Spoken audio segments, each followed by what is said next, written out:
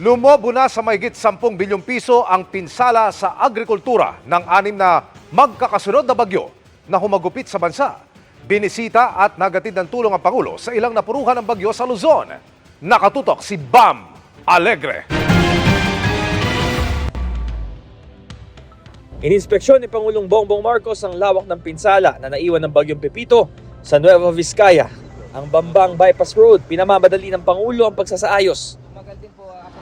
Tiniyak ng Pangulo na patuloy ang pamamahagi ng food packs at pagbibigay ng financial assistance sa mga apektado ng bagyo. Tig 50 million pesos ang ipinagkaloob ng Office of the President sa Nueva Vizcaya, Quirino at Isabela. Tig 10 million pesos naman ang ibibigay sa Tuguegarao City at sa 20 munisipalidad ng Cagayan.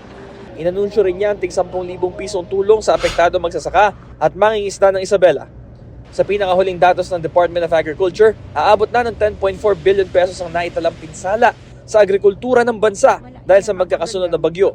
Sa Isabela, sinabi ng Pangulo na kasalukuyan ng itinatayo ang iba't ibang flood control infrastructure project.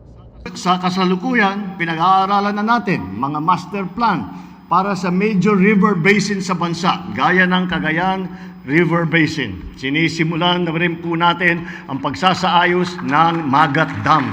Mula sa Nueva Vizcaya para sa GMA Integrated News, Bam Alegre, nakatutok 24 oras.